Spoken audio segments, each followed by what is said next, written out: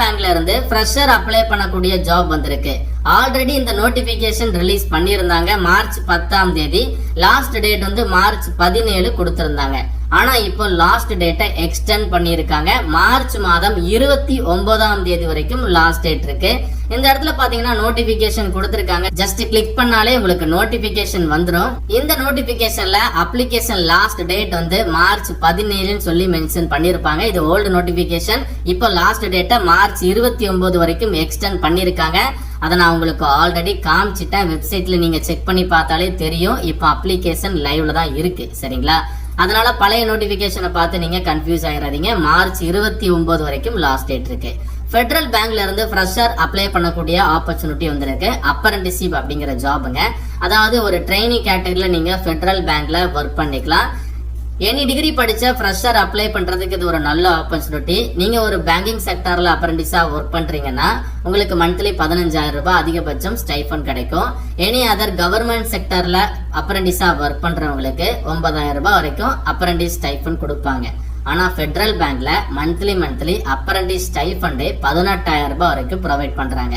இந்த அப்ரண்டிஸ் ஜாபுக்கு கேரளா, தமிழ்நாடு, அதுக்கப்புறம் கர்நாடகா இந்த 3 ஸ்டேட்ல இருக்கிறவங்க மட்டும்தான் எலிஜிபிள். அப்ப காம்படிஷன் இந்த 3 ஸ்டேட்ல மட்டும்தான் இருக்கும். நம்ம தமிழகத்துல 38 மாவட்டங்கள் வழியாக ஃபெடரல் வங்கியினுடைய கிளைகள் இருக்கு. அப்போ உங்களுக்கு 38 மாவட்டங்கள் வழியாக வேலை வாய்ப்பு இருக்கு. எல்லாருமே இந்த ஜாபுக்கு கண்டிப்பா அப்ளை பண்ணிருங்க. பீரியட் ஆஃப் ட்ரைனிங் லைக் ஒரு அப்ரண்டிஸ் தானே, அப்போ ஒரு ட்ரைனிங் மாதிரி தான் இருக்கும். 1 இயர் மட்டும்தான் இருக்கும். எண்ட் ஆஃப் த அப்ரண்டிஸ்ல உங்களுக்கு சர்டிபிகேட் கொடுத்துருவாங்க. அண்ட் தென் நீங்க அப்ரண்டிஸா ஃபெடரல் பேங்க்ல ஒர்க் பண்ற டைம்ல நிறைய புது விஷயங்களை லேர்ன் பண்ணிக்கலாம். உங்க நாலேஜை நீங்க கெயின் பண்ணிக்கலாம்.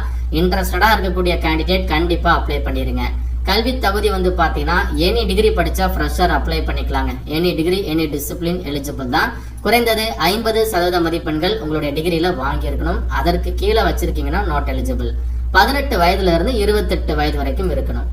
ஒரு சில அதர் கிரைட்டீரியா கொடுத்திருக்காங்க. அதாவது ஆல்ரெடி அப்ரண்டிஸா ஒர்க் பண்ணவங்க, டிகிரியை முடிச்சிட்டு 4 வருடத்தை கடந்தவங்க, எக்ஸ்பீரியன்ஸ் இருக்கிறவங்க, குறைந்தது 1 இயர் வரைக்கும் எக்ஸ்பீரியன்ஸ் இருக்கிறவங்க, இவங்க யாருமே இந்த ஜாபுக்கு நாட் எலிஜிபிள் அப்படிங்கறத சொல்லியிருக்காங்க. இப்பதான் நீங்க ஃப்ரெஷ்ஷா டிகிரி படிச்சிருக்கீங்க, இது வரைக்கும் எந்த ஒரு ஜாபுக்குமே போகல, எந்த ஒரு அப்ரண்டிஸ்க்குமே நீங்க போகல, ஃப்ரெஷ் கிராஜுவேட்ஸ் அப்படின்னா நீங்க அப்ளை பண்ணுங்க. இது உங்களுக்கான ஆப்பர்ச்சுனிட்டி. செலக்ஷன் ப்ராசஸ்ல ரிட்டன் எக்ஸாமினேஷன்லாம் கிடையாது. அப்ளை பண்ணி முடிச்சதுக்கு அப்புறம் கேண்டிடேட்டோட ப்ரொஃபைல ஷார்ட் லிஸ்ட் பண்றாங்க.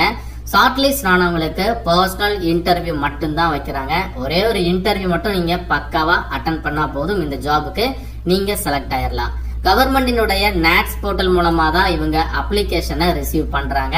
ஸோ NATS அப்படிங்கிறது வந்து பாத்தீங்கன்னா கவர்மெண்டினுடைய வெப்சைட் தான், அப்ரண்டிஸ் போர்ட்டல் nats.education.gov.in.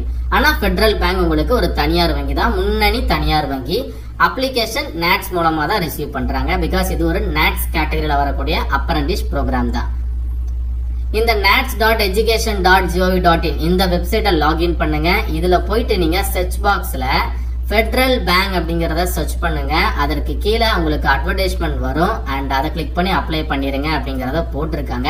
ஸோ ரொம்பலாம் நீங்க கஷ்டப்பட வேண்டாம். இந்த வீடியோ டிஸ்கிரிப்ஷன் பாக்ஸ்லயும் ஃபர்ஸ்ட் கமெண்ட்லயும் நான் வந்து லிங்க் கொடுத்துருக்கேன். அது மூலமா நீங்க ஈஸியா அப்ளை லிங்க்ல போய் அப்ளை பண்ணிடலாம். ஆல்ரெடி நீங்க அக்கௌண்ட் வச்சிருந்தீங்கன்னா டைரக்டா NATSக்குள்ள போயிட்டு லாகின் பண்ணி அப்ளை பண்ணுங்க. அக்கௌண்ட் இல்லாதவங்க NATSக்குள்ள போயிட்டு நீங்க ரெஜிஸ்ட்ரேஷனை கம்ப்ளீட் பண்ணுங்க. என்ரோல்மெண்ட் ஐடி எல்லாம் உங்களுக்கு வரும். அது வந்ததுக்கு அப்புறம் ஃபெடரல் பேங்க் அப்படிங்கறத சர்ச் பண்ணி நீங்க அப்ளிகேஷனை கம்ப்ளீட் பண்ணுங்க. ஏதாச்சும் டவுட் இருக்கு அப்படின்னா இந்த இடத்துல வந்து பாத்தீங்கன்னா கான்டாக்ட் பண்றதுக்கு இமெயில் ஐடி கொடுத்திருக்காங்க. இந்த இமெயிலுக்கு உங்களுடைய டவுட்ஸை நீங்க ஃபார்வர்ட் பண்ணி கேட்டு கிளியர் பண்ணி தெரிஞ்சுக்கோங்க. இது ஒரு நல்ல ஆப்பர்ச்சுனிட்டி தான். எப்பமாவது தான் இந்த மாதிரி நோட்டிபிகேஷன் வரும், வருடத்திற்கு ஒரு முறை வரும் அப்படிங்கிறது கூட கண்டிப்பா நம்ம சொல்ல முடியாது. இந்த முறை வந்திருக்கு. இந்த முறை ஸ்டைஃபண்ட் ரொம்ப அதிகமாவே ப்ரொவைட் பண்றாங்க. என்ன டிகிரி படிச்சா ஃப்ரெஷருக்கு, அதுவும் எக்ஸாம் இல்லாமல் எந்த ஒரு அப்ளிகேஷன் ஃபீஸும் இல்லாமல் வந்திருக்கிறதுனால இன்ட்ரெஸ்டட் எலிஜிபிள் கேண்டிடேட் அப்ளை பண்ணிருங்க.